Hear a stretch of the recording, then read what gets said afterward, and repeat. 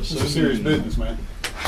I'm assuming everybody knows everybody here. I just met these guys. So I guess I'll just let you start it, Bill. Well,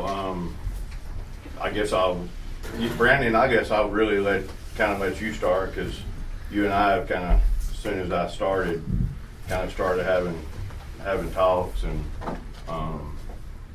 we'll kind of let you kick it off and kind of where it's resolved back to where we are today. Sure. Yeah, I appreciate everybody being here this morning.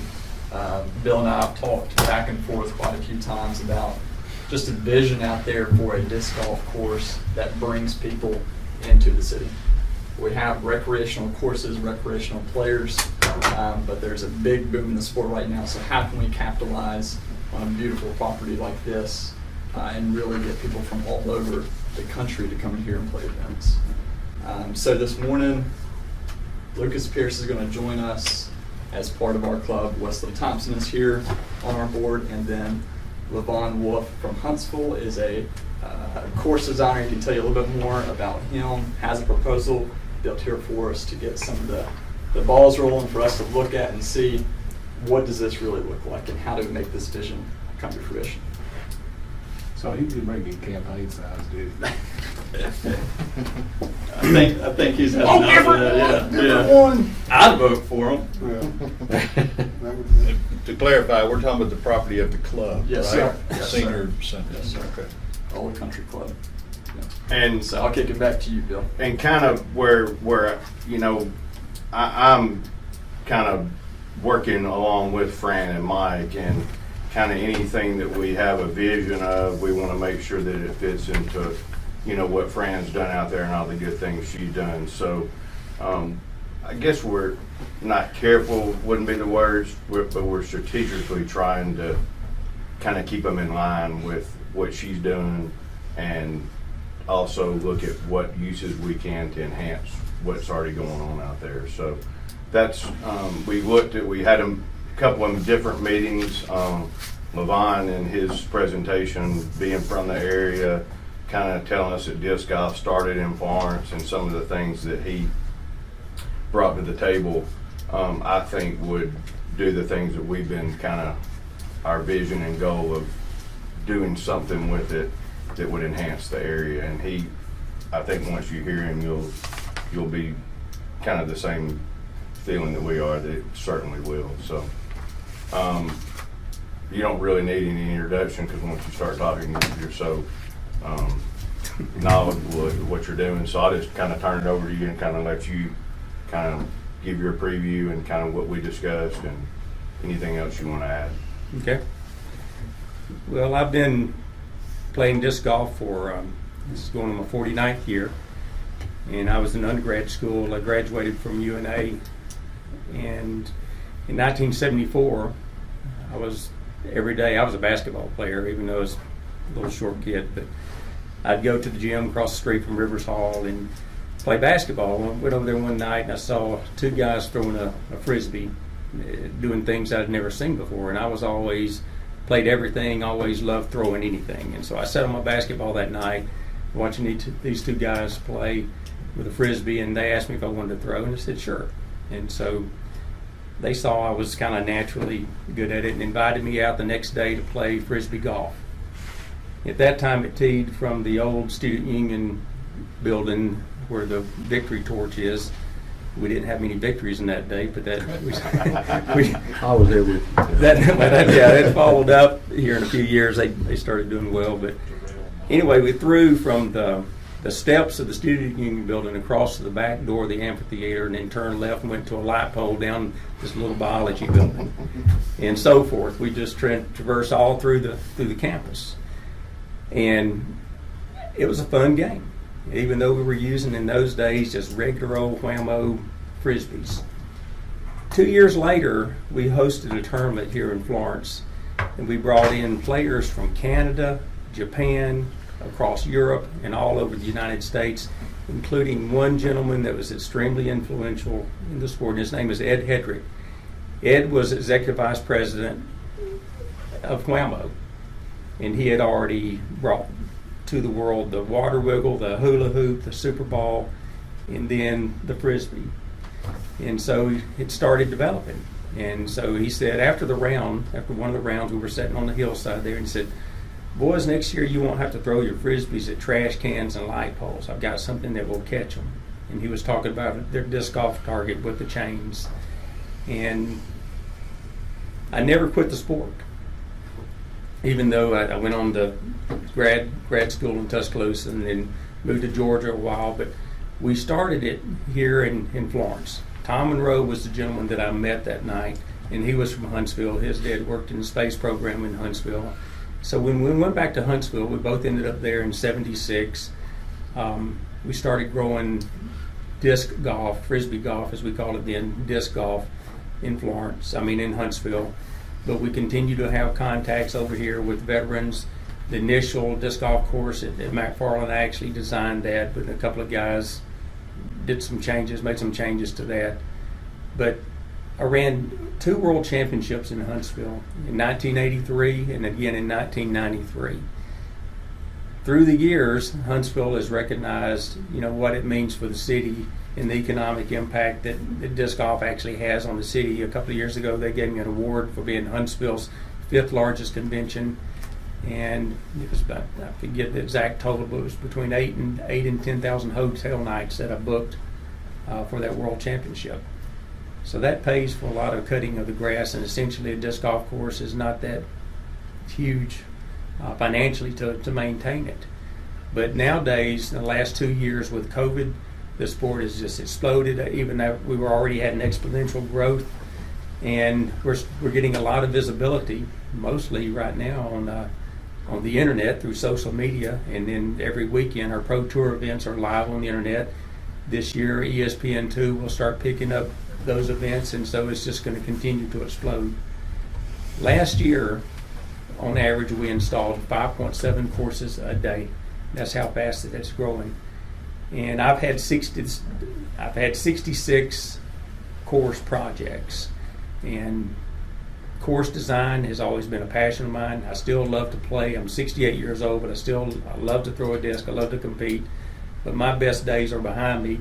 And so what I can do now, primarily for contribution to the sport, is bringing more disc golf courses and putting them in and making them playable, so that they're not only recreation friendly, but also they will appeal to the pro level player, and where they can be set up to bring in top level tournaments and events. And when I heard about this course in Florence, I had not seen this property, but a couple of weeks ago when I first saw that property, I was just, it's a wow factor for me. It may not mean that much to you guys, but you don't often get that type of property or this type of property to put a course in. And last weekend, the Pro Tour was in Jonesboro, Arkansas, which is a small town. But the course that they're playing in Jonesboro, Arkansas, if you look at it, at least on video, I've not been there, but it looks almost identical to this property with the rolling hills and mature oak trees. It's just beautiful. And Jonesboro, the economic impact for that small town, it has to be amazing, because the people just come pouring in there for that event. We drove up there for it. Did you really? I got to watch a little bit of it online. But one of the things that interests me in this as much as anything is the ability to give Florence, when I say give Florence,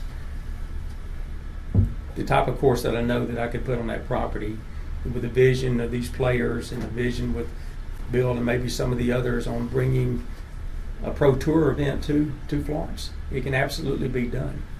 Get the city behind it with this type of property, with this type of facilities that you can have here. I think it'd be a neat thing, and I'd love to be a part of that. Nowadays, the course designers, the top course designers in the world, which there's probably only 2 or maybe 3 that have more design experience than I do, and none of them's been playing longer than I have. But I know what can be done, and I know what I believe can be done on a very financially feasible basis. Do you see using all that property out there? How No, much sir. of the property are you looking at using? What I think, 55 to 60 acres, I believe is what it would take. Now, I don't know, I can't say that it's going to be an exact. It may be a little bit less, maybe a little bit more. But when I go out there and design a course, again, I'm designing a course so that it can be set up for recreation play as well as for pro level type play. And number one, always when I look at a property, first and foremost, I look at protection and safety of players and property, people. I know that long term it's probably going to be a multi-use facility out there. If you put in bike paths or walking paths, whatever that you can put in there, I keep that in mind. And I know what is going to challenge a top level player and how they throw a disc, but also know how a brand new player that's never thrown one in their life, where it's likely to go and how to keep it safe. But it would take a while to design it so that it can be used, for both levels of play. That's one of the things that I do propose as much as possible to install. It takes more to install multiple tee pads. Ball golf, you got the short, medium, and long pads. Disc golf, we do some of that, but it's a lot easier to design from one pad. But the most efficient thing to do is put in multiple pin locations on the holes. And so I would like to put in at least 2 pin locations, if not 3, on some of the holes. And then if the city could go ahead and buy initially 6, 7, or 8 extra targets, long term, I think it would be great to have a goal to have permanent pins, permanent targets on each of the greens long term. And so it gives you complete versatility and flexibility. It doesn't cost that much more to do that. As far as maintenance, I would like to see where you don't cut everything routinely. I mean, I'd like to see everything cut on a routine basis, but on the weekly, bi-weekly basis, you cut the fairways, and just like in ball golf, you leave a rough, and maybe you do 3 tiers of how you cut that. And so one, it beautifies the course for disc golf, and it's less maintenance on the city's part as well. But it also gives us some natural things that we can work with as far as out of bounds to increase the challenge of the course. But let me interrupt you just back to your question. So Fran, Mike, and I are constantly kind of emailing, texting, brainstorming on other uses. One use is a canoe kayak launch down there on the creek. Derek South from TVA has said he would probably even fund that. Maybe some cabins, along the creek there that we can rent out. So kind of instead of spending a ton of money for having somebody come in and do an actual master plan, on the last agenda y'all approved where Lyndon Ezel can do some contract work for us.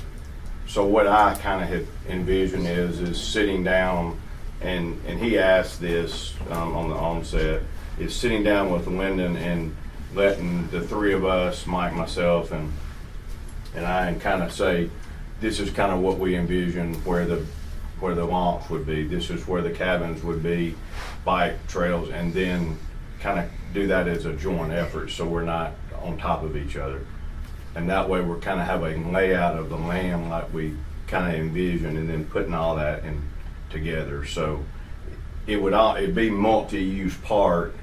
They would just be part of what we would be kind of doing in the park, with canoe kayak, with walking, biking trails, with the cabins, with everything else involved.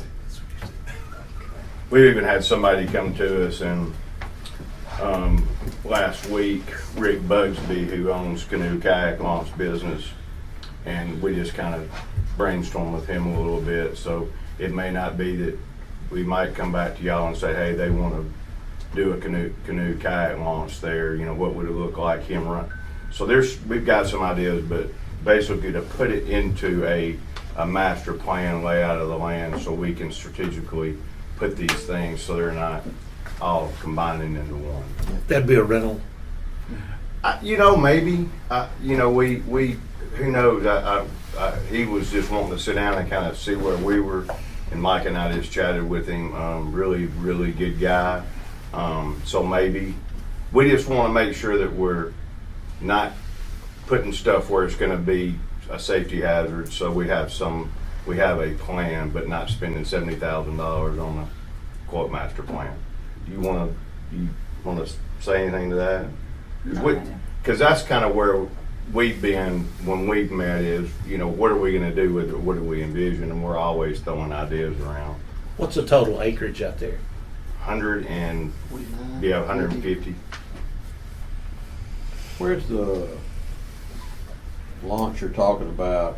I'm trying to get where Sure. things are. I mean, versus where that launch is up on Cox Creek.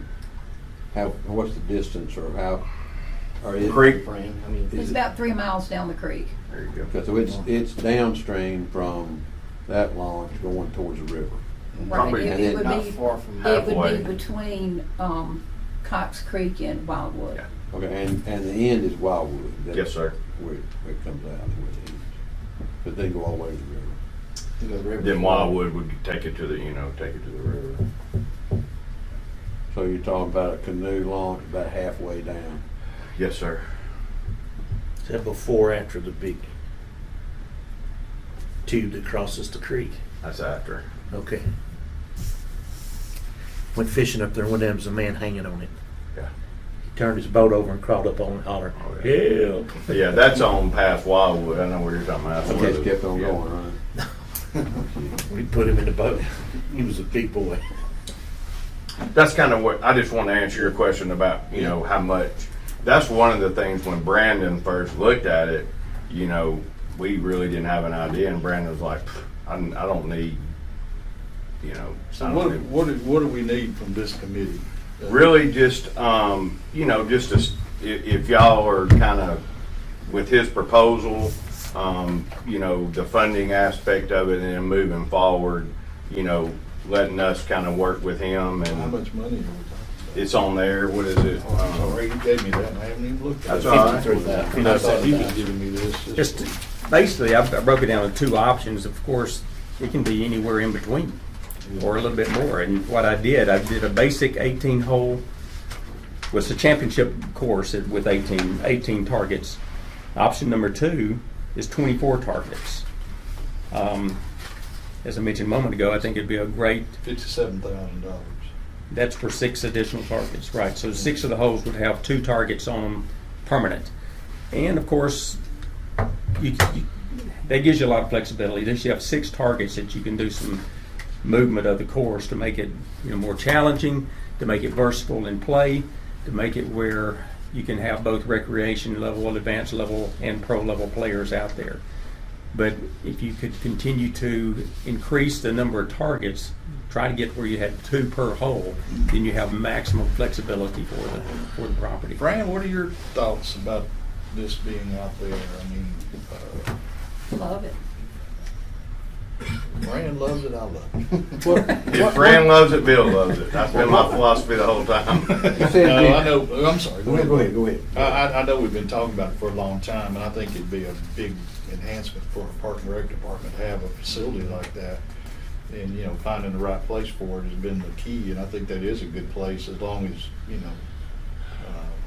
people are happy. There are a lot of snakes out there, I want you to know that. I played golf out there back in the day, and right now, I'm sure there's plenty more than it used to be down in the bottom. So you start clearing it out, you do need to keep it cut to keep the We're kind of snakes away. So a little bit accustomed to that. One of the courses that I did for Huntsville, it's called the Indian Creek Greenway, and the city put that in, and it floods about 3 or 4 times a year. It'll flood like 3 or 4 deep. This is like Mac Farland, but most of the time, next day you can play it. And so we're used to seeing snakes. I mean, disc golf is generally, through the years, we haven't been able to get a beautiful property like this. We've used everything else that was not really usable, be it floodplain or extreme hillsides, mountains. So how far down the hill do you envision going with a course? I mean, all the way to the creek? Or? Well, there's only really, I think, one hole that would possibly bring the creek into play, and it would play, I think that's going north there probably toward where they would put the launch area, and it would come short of that. There's a small pond there in the creek. I really don't even think the creek will come into play much. That pond, I'd like to bring that pond into play. I'd like to bring the creek into play, but that'd be the only hole. It's a little swampy down there, but I think with a little bit of use, maybe put one drainage ditch on the south part of that where I think that hole would go. You might put a little small, just a swale to rechannel the water away from where I think the T-pad would be, but that would be the only one that's I think, very swampy or wetland. Andy, what are your thoughts? Well, obviously, Jimmy, you and Bill haven't been on the council of the Change of Act. City's got about 2.2 million invested in that property. We owned it, sold it, bought it back from UNA when we thought there was going to be a development working with UNA out there. I guess my frustration is that's awfully expensive for the, for what all we're doing out there. Obviously, we need to do more, and Fran does a great job with our seniors, and we want that to continue. But we've got a building. The building's probably worth $1 million or more, and it's sitting there, and it's only partially being used. I know we spoke earlier about working with UNA about driving range, or not driving range, but golf and some other things. We met, before Josh Looney came in. So the only way I can see it really working is a multi-use. So I guess the question I'd have, until we know what that multi-use is, can we put this in, realize that might change some? Well, I think that's the bottom part of it is not being used, and it's really probably worse off sitting there than it is not being used. We can probably speak that better than I can, but that's part of what they would. We could go in there and do, some work that needs to be done, basic, and during tournaments and stuff, they could utilize that bottom area for registration. But we really need to do something with that anyway. Like I said, it's just sitting there. So if we do this, we can still have the option to go in there and do other things down the road. I think we're for instance, we're going to have to do that. For instance, UNA wanted to do a cross-country track there at one time. Before Bill came on board, I know we talked about, when Todd was around, having, using it as an event space. But, the seniors, they have their stuff out there, and it's kind of hard to, can we, scoot on Mike, so I see No. how can we utilize, can we effectively use that as an event space, having a event kitchen, not a full kitchen, but one we could serve out of for, wedding events or whatever. And, do y'all even want to do that? Well, I think we will eventually. And when Brandon was there, one of the rides that we did, we talked about doing the course down and around and back up on the far side. It's not even going to affect what's near the club. They can still be playing disc golf down and back up, and it won't affect the club at all. We'll hardly be able to see this course from if that was to be an event center. But if we were to eventually build a amphitheater or a wedding venue or something like that, there's so many options of things that we can do out there that I think we need to capitalize on. One, keeping as much green as we can, but then using it as many different ways that we can. Because I get calls all the time about people wanting to do different things, and I think now we're starting to have a vision. We've been there 10 years. And I'm real excited to think that after 10 years, that land's getting some look at.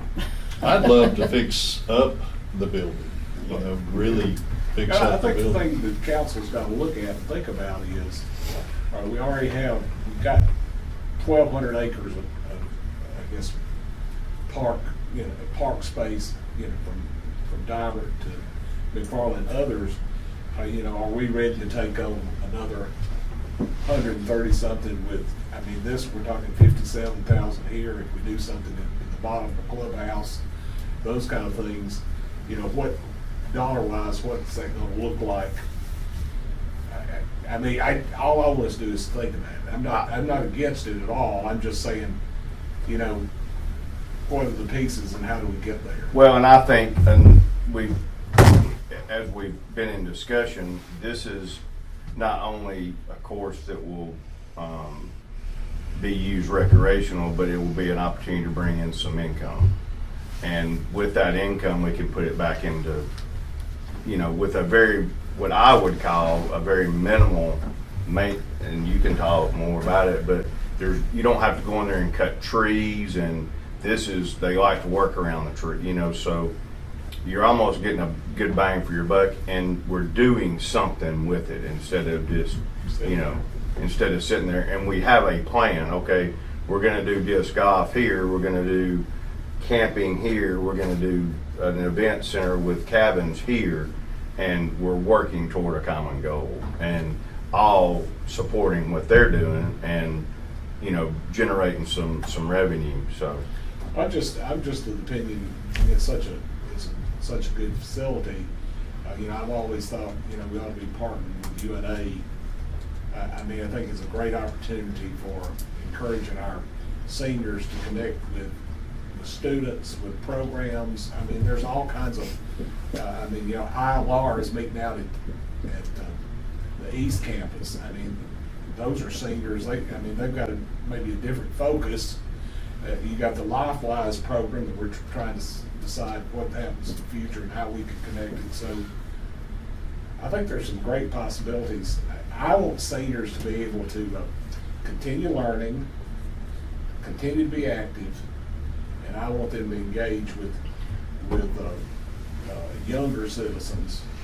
So- And when I say that, to kind of move us forward where we're going. So I had, and I shared this with Fran and Mike. So at the director's retreat that I just came back from, that we were talking about the impact, the value of different programs, and I haven't found this data, but I will, and I'll put a number to it. He said, look at your cost of nursing homes and after your quality of life care after when a senior gets old. Take that number of what it costs to put a senior into a senior citizen, like a nursing home, whatever. What they do out there saves that amount of money per person by quality of life, by health, and put that number to data. And I haven't done that, but I would have to say per person, it's probably a substantial amount of money. So that's what a senior citizen center like they provide with all those activities. That's the value, other than keeping somebody healthy, the number value that I think she does. So I do think all those things can work together. This, to me, and the way that it's been presented, has been the best presentation I've heard in my 4 or 5 months.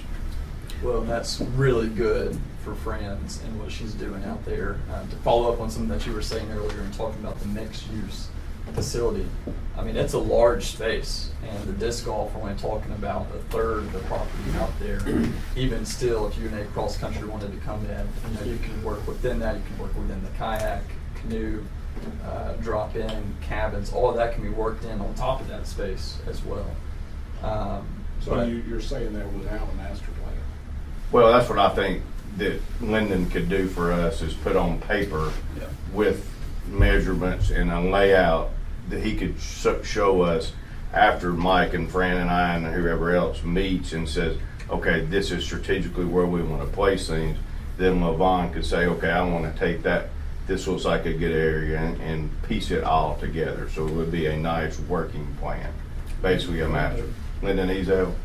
But a minute ago you said Lyndon Reader, and I was like, Oh, sorry. Lyndon Reader. No, Lyndon Ezel, sorry. Let me comment on that. One of the things that we have going on in Huntsville right now, Huntsville bought they closed the old municipal ball golf course. I think they had subcontracted it out for years and just really wasn't bringing anything in. Is that on Airport Road? Yes, sir. Yeah. They're now calling it John Hunt Park. Okay.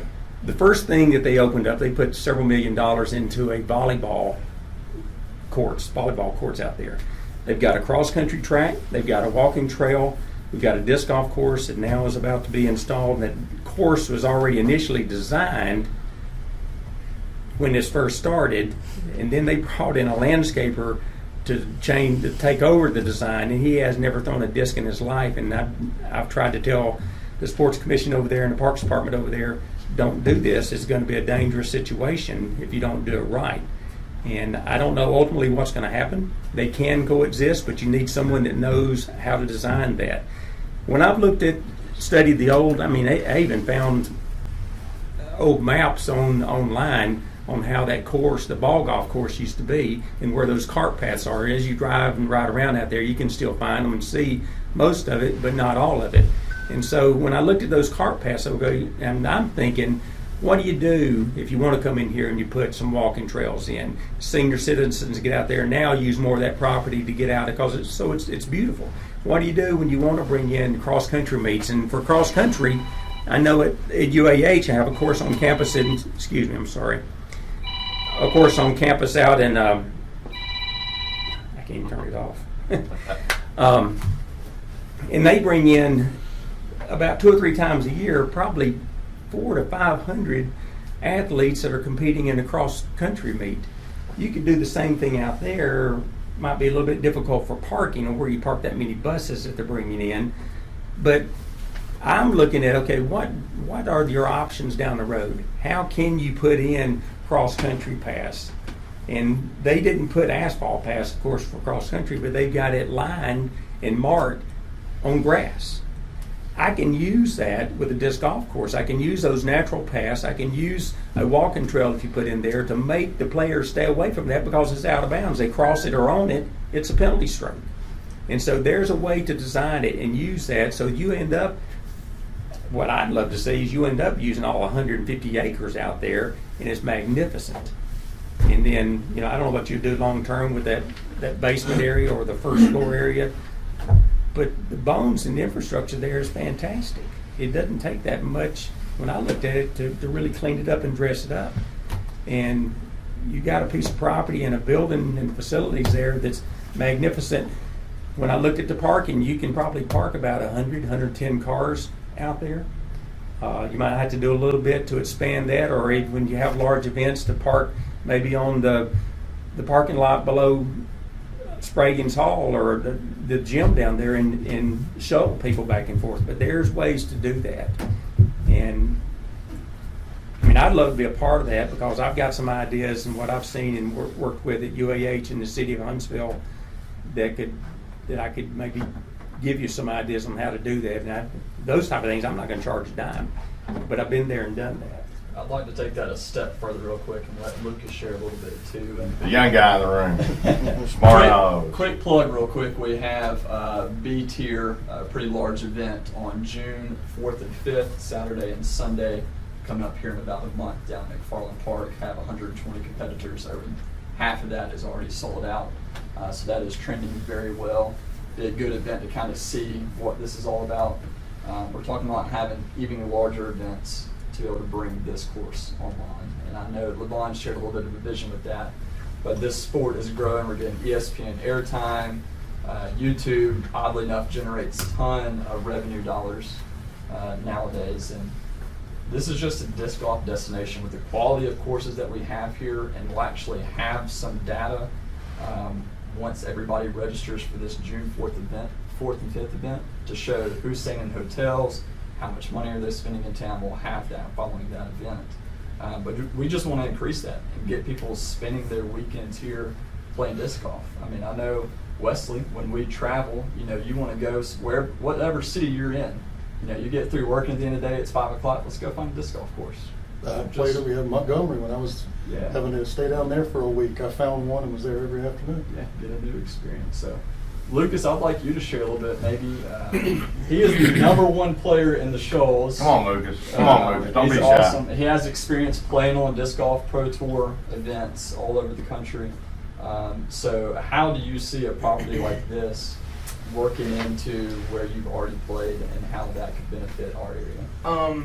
The biggest thing about having a tournament on the very top level is having the opportunity to build a quality course, which we obviously have out there with that beautiful property. And just for example, 2 weeks ago, I was in Jonesboro, Arkansas. Nobody really knows what Jonesboro, Arkansas is. And they have a huge, pro tour disc golf course out there. And there was over 1,200 players out there playing. And all these players we had 50 players from Europe, all over the country, and they come there hotels were rented out. Wesley went down there, and he actually went and spectated, and he said he had to, how far was your hotel, Wesley? I had to get our hotel was nearly 30 minutes away from the course because we couldn't find anything any closer. Yeah, and it's just, it brought in, like I said, 1,200 players, twice that in spectators. Spectators passes sold out. They had 3,000 a day, completely sold out. And they had, it brought in so much money to the restaurants. They had a players party at a local pizza place. They had at a Play It Again Sports, they held another like party type thing for the night of the tournament. And it just brought in so many people. And I think with this property, if we can have a guy like LeVon who has the experience to design this property, we can turn that into a course that is capable of that caliber of tournament. And another, like everybody's talked about, the awesome thing about that property and the awesome thing about a disc golf course in general is you can put a disc golf course out there, use a third of the land, and like he said, you can put a cross country track through the course. And if one weekend we have a huge cross country tournament for UNA or whatever, it ain't nothing for us to post on Facebook where we have Facebook groups, got 1,000+ members, and say, hey, course is off limits on Saturday, July 8th or whatever.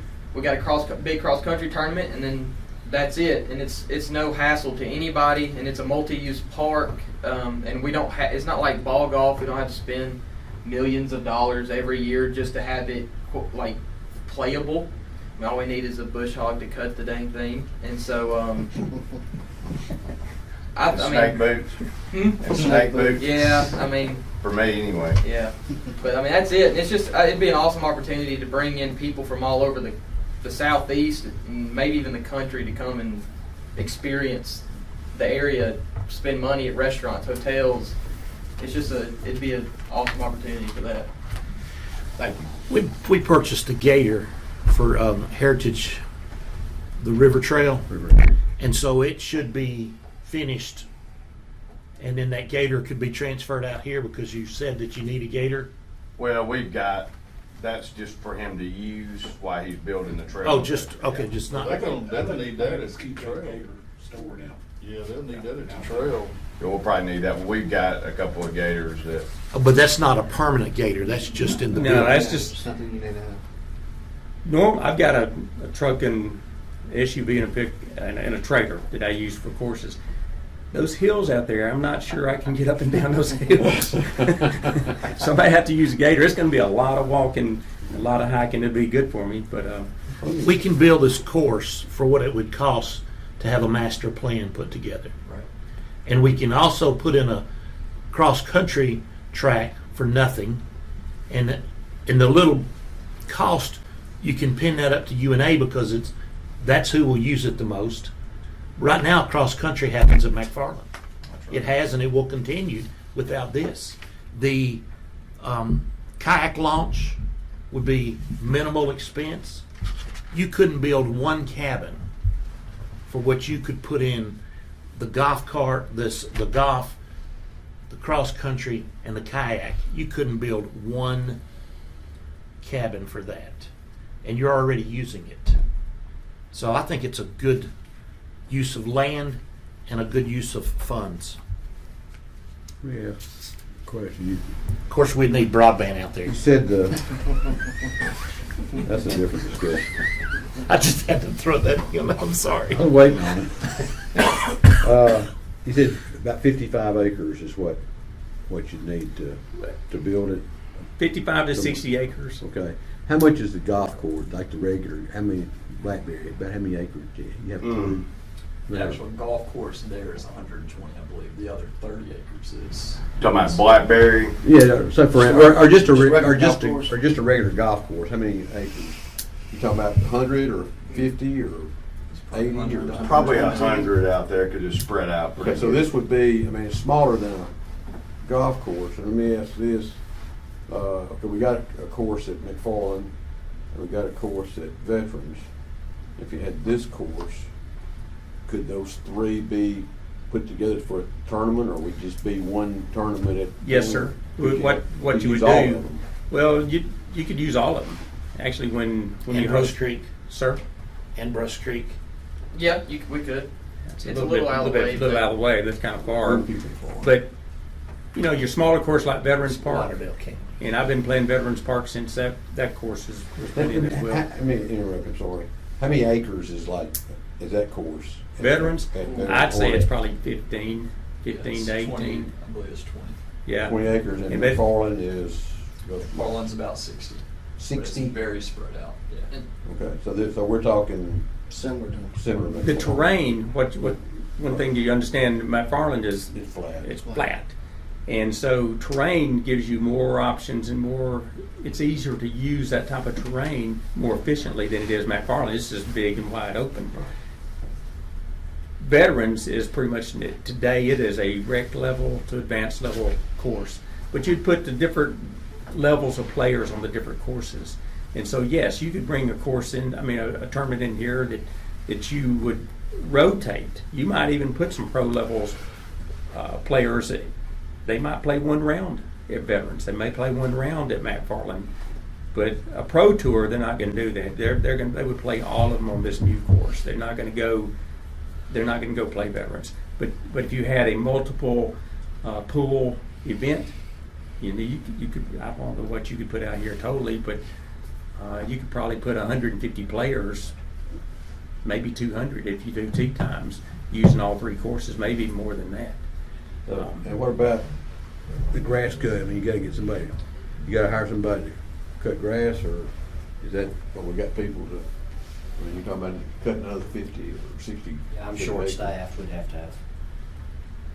Which Fran needs, and you wanna put a plug in for, go for it, that's your opportunity right there. You tired of that push mower and I've got one 20-hour-a-week person taking care of everything that we need right now, so I definitely need another person out there to help with the indoors and the outdoors.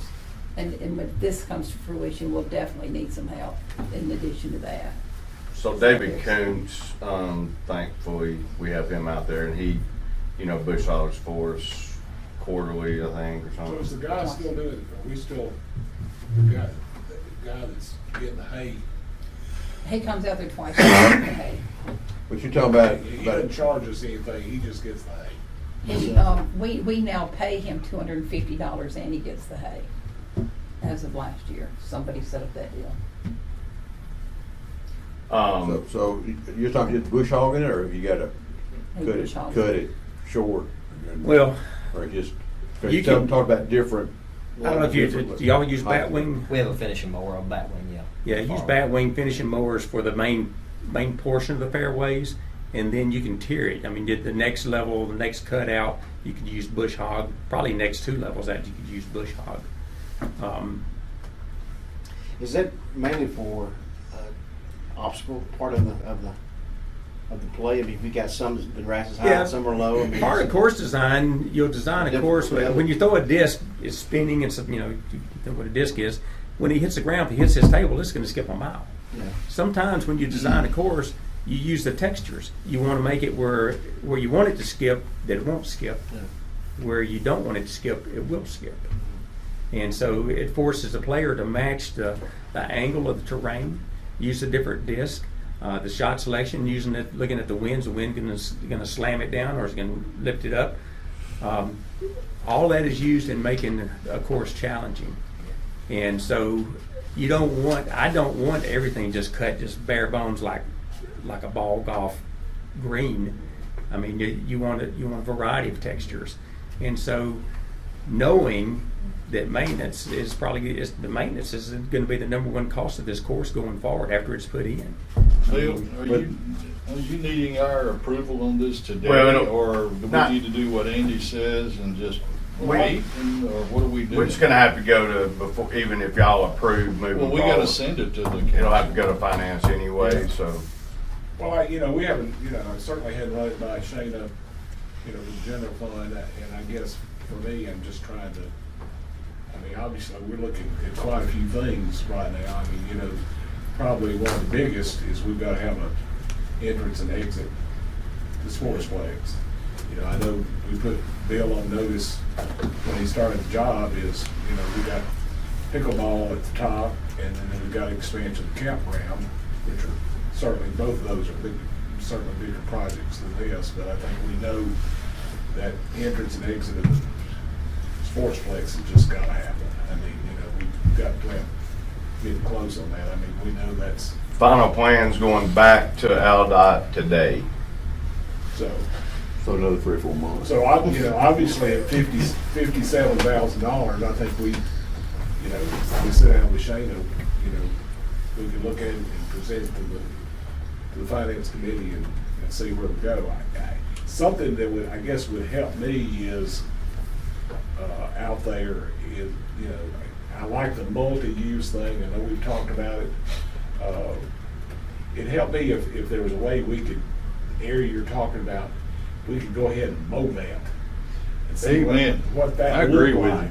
I'd love to see that whole thing mowed down. Well, you just know, to I'm see not, what. not necessarily all of it, but the space you're talking about, if we could see what that'd give us, you know, let the council all. Well, it'd help me in course design too, if it were mowed a little I mean, short, even is for that access. something y'all but could yeah. do, or we could get somebody to bid that out to. David could probably get it done for us. And that's something we would certainly do. I just wanted y'all to hear him and his presentation, why, and this group. Another thing, they have great volunteers who really maintain these courses for us, as far as picking up sticks and keeping it clean. And Well, I like this proposal, and I like the idea of being out there, but I also really like the idea of some of the other things being Sure. out there as well. I like the 100%. idea of the boat ramp, the canoe ramp out there, launch, and possibly, as you mentioned, some cabins. I mean, I think it's a great spot for something like that. I mean, it would just, you know, it's a lot of dreaming there, but first and foremost, I do know we got all these other projects that we got to do. Well, I think the ahead. thing, I think the thing, Jimmy, Blake, and Bill, is that we get a vision for it. I think it's really exciting, and I know Brandon goes back, and I can't remember who all we started meeting with about disc golf. We talked about McFarland, and we partnered. We got a memorandum of understanding with them about the project down at McFarland, and, you know, obviously that's taken off. We're sitting right here with an even bigger project. We did the same thing with Eero Wilson and the Shows Mountain Bike, and look where that's gone. And now with the Must Shows National Heritage Area, and, you know, that's up for whatever it is, Congress is gonna re-up that program. So, you know, that's certainly paid dividends, and I think that's what you're saying. You get that there, and it'll start taking over the life. So, and Fran will have a smile on every time you see it. Does this include, Well, I would like to see, and this might not be the time or place to see it, but the committees here, I would like to see that acreage turned into a park to start with. And let's let it be a park, you know, and then that way, as we grow over the next 10, 20, 30, 40 years, way beyond my lifetime, it's gonna be great for the generations that follow. Because we need to keep that space green. And right now, the seniors come out there and they love that land. They feel like they bought that land with that bond money.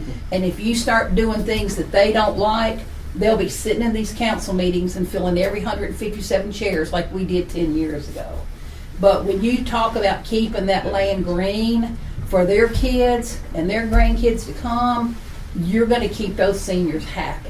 Okay, I've got a lot of volunteers, but I think one of the first things we need to do, we need to deem that whole area a park. It needs to be another park for Florence Parks and Recreation. And then if the disc golf comes next, that's great. And then if the kayak comes next, that's great. If we build some little Quonset huts that can rent, that's great, because there's a lot of visions out there. We could build an amphitheater and like cross country, and there's a lot of things we could do out there. I mentioned, started to say a minute ago, when you mentioned amphitheater, you're right, that's a perfect spot for that. We had a it's a concert great- out there about 30 years ago, and it was a perfect spot. Acoustic wise, it's probably pretty good too. Yeah. Well, I think, Fran, somehow or another, the message got out somehow that I wanted to sell that property, and I've certainly never been in favor of that. But what I think we've got to do is we got to decide what we want that to be for the future. And I don't think the council has ever gone on record of saying do we want another park? Can we afford another park? Where we want to go with that? And I think, you know, it's kind of like straddling the fence. We've been sort of half in and half out. That's right. So if we decide, ultimately, we want that entire acreage to be a park, we go on record of doing that. I think that's. I agree. I would love to do that, go on record for that, but of course you got the option of putting in disc golf Sure, and those things sure. you just mentioned. But you're basically by doing that, you're keeping a developer from going in there and building homes and subdividing and all that stuff, which is, I would like to see what we're talking about before that happens. Does this include concrete pads? No, sir. The concrete, you had a gentleman that does that. In my estimation, it does include the 57,000 does not include the pads. I estimated the pads would be about 10,000, and that's one pad per hole. But the pads would be size, you know, for world-class level competition. And so it has to have pads? Yes, sir. Because we recently spent, was it $40,000 at McFarland just for pads 15,000. for the whole But thing? that was, so, and this is 37 what I was actually about to let you guys know, some really cool numbers that have come out from that. We spent 15,000, we got 35 concrete pads down here. A vision that Levon and Bill have talked about is only doing 18 pads a there. Right. So that there's not as much concrete, so now it keeps costs down, looks better, but just some numbers, because we have an app on our phone that tracks who all plays the courses. You know, we got those pads, I believe it was last August of last year for the whole year 2021, which a lot came after we got those concrete pads. We had a 53% increase in the amount of people playing that course out there last year. And so that number will continue going up through this year. And just as an idea, at Veterans Park right now, we have about 21,000 rounds a year being played. My point was 25% was spent on pads. Why don't we build a whole course for 57? Now, we do have to come back and add the pads, but We pay 15, or that was a total price. So what we had talked about is, he talked about the different baskets on the hole. We talked about to keep it more green, to have those different baskets instead of doing multiple different pads, like different tee boxes, if you would, on a ball course. You could use the baskets as the level of difficulty. And I like that better because you're keeping it more. are those apart. portable or are they all stationary? No, well, they're movable. They do go in. There's a sleeve, a metal 2-inch sleeve, 18 inches into the ground, and you just lock them into that sleeve. And the collar, the locking collar, is flush with the ground. So the extra ones that's there, you just mow right over it. Doesn't affect anything. But you can unlock them, move them around. So if you had some type of event, you needed to move them out for the weekend, Right. that you can do that as well. Now, let me say one thing about the pads. When I estimated, I looked at, okay, and the average cost of concrete, I'm sure your price is going to be cheaper than what I estimated, what you're going to get it for. Well, it may not be, but that for $10,000, I think you could put the 18 in there pretty easily based on what y'all got before for 15,000 with 35 pads. I'm looking at 18 pads. But their size, right, those are on average about 6 by 12 pads. They're 3.5 inches, 4 inches deep. The other thing I'd like to tell you and say, if you were to go get one of the other top designers in the world, this 57,000 that I've quoted you is going to be double or 3-4 times that. And we can verify that because we've reached out and gotten numbers from other people. I mean, I will make a little bit of money on this, but my bottom line dollar is I want to see Florence, Alabama to have this level of course and bring this type of tournaments to Florence, Alabama. I mean, I don't get an opportunity like this, and this will be the 67th course design and project that I've worked on in my life in the last 49 years. And I've not had a piece of property that compares to this. I've not had the infrastructure available that compares to this.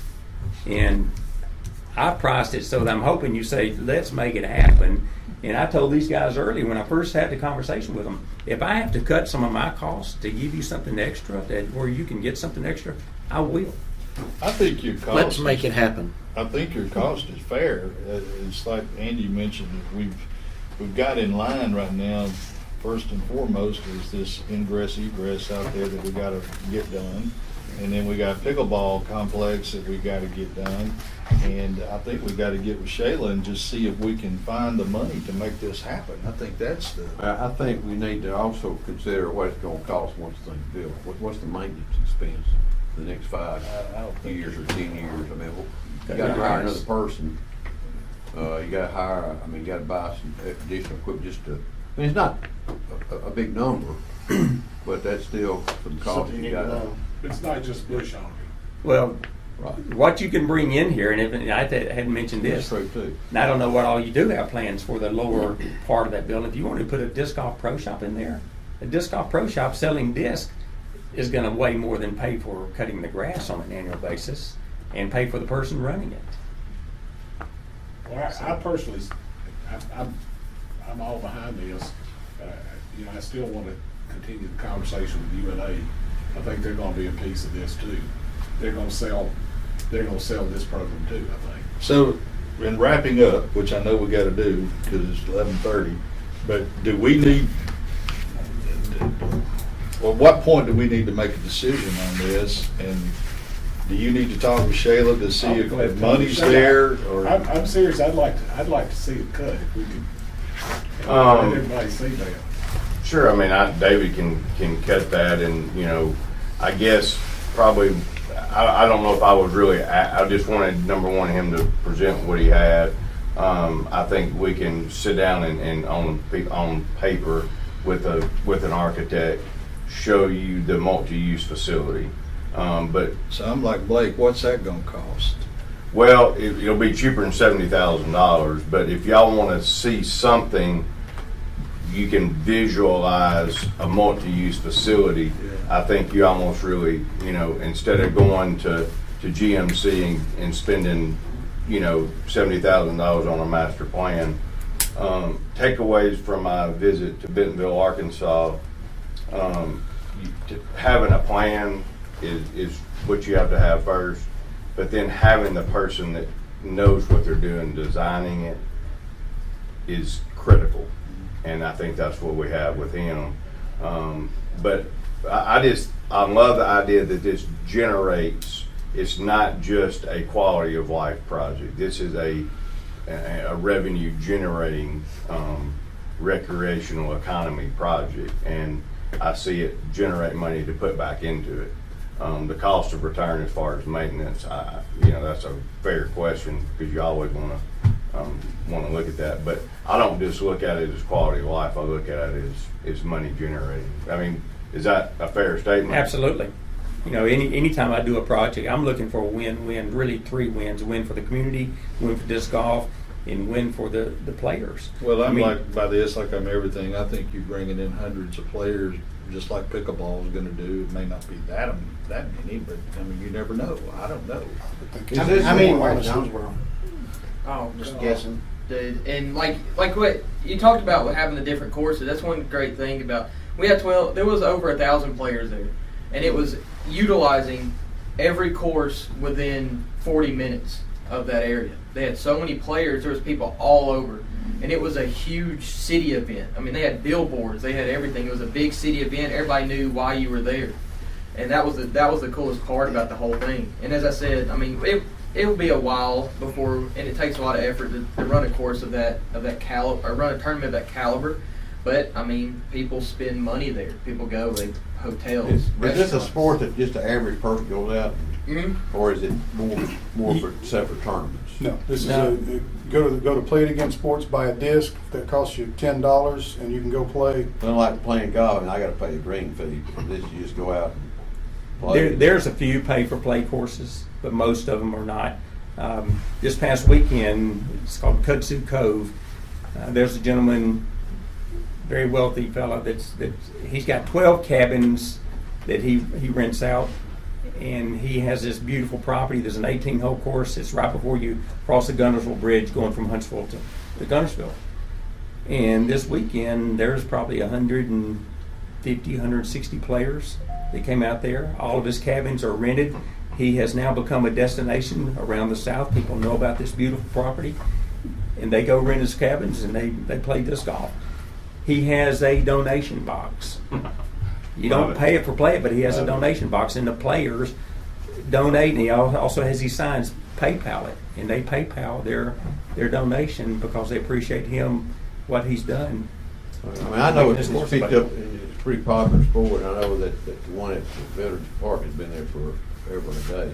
Yes, sir. It was put in Like- 1983. It's The like the initial second one in the state, or is it? No, there's a third. The first in Huntsville, we got Bronze Springs Park and Redstone Arsenal. It was course number 7 in the world and number 9 in the world.